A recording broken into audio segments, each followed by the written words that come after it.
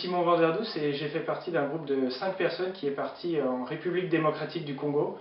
Un voyage humanitaire de 2 semaines organisé par l'Eurescof. On est arrivé à Kinshasa, la capitale, puis on a été à Kikwit, à l'intérieur du pays, et puis on s'est posé à Matende, un petit village dans la campagne. Là-bas, on a été au contact de la population. Tous ensemble, on a aidé à rafraîchir le centre de santé qui existait déjà. On a refait les plafonds, on a repeint les murs, par exemple. On a aussi fait de la sensibilisation sur l'hygiène. On a parlé des maladies possibles, comme les vers, le paludisme, et ce qu'il faut faire pour empêcher ces maladies.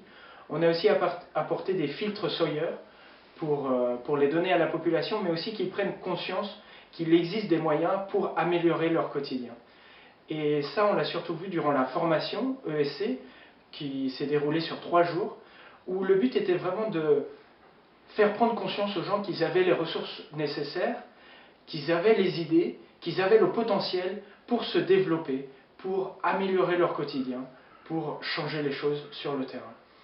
Alors ça a été une expérience personnelle très forte, j'ai appris beaucoup de choses au niveau de la patience, de la persévérance, l'adaptation, et ça a été très enrichissant.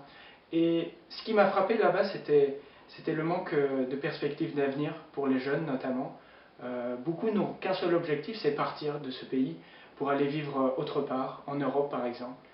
Et ce que je trouve qu'il faut qu'on fasse, qui est nécessaire, c'est justement d'encourager ces jeunes à rester. Et comment on peut les encourager à rester?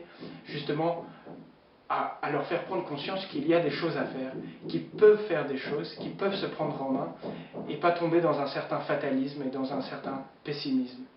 Il y a des choses à faire, et ils peuvent les faire, et j'encourage tous ceux qui veulent partir, aider, faire prendre conscience à ces gens de leur importance et de leur richesse, à partir avec le RESCOF ou dans d'autres pays pour des voyages humanitaires de ce style.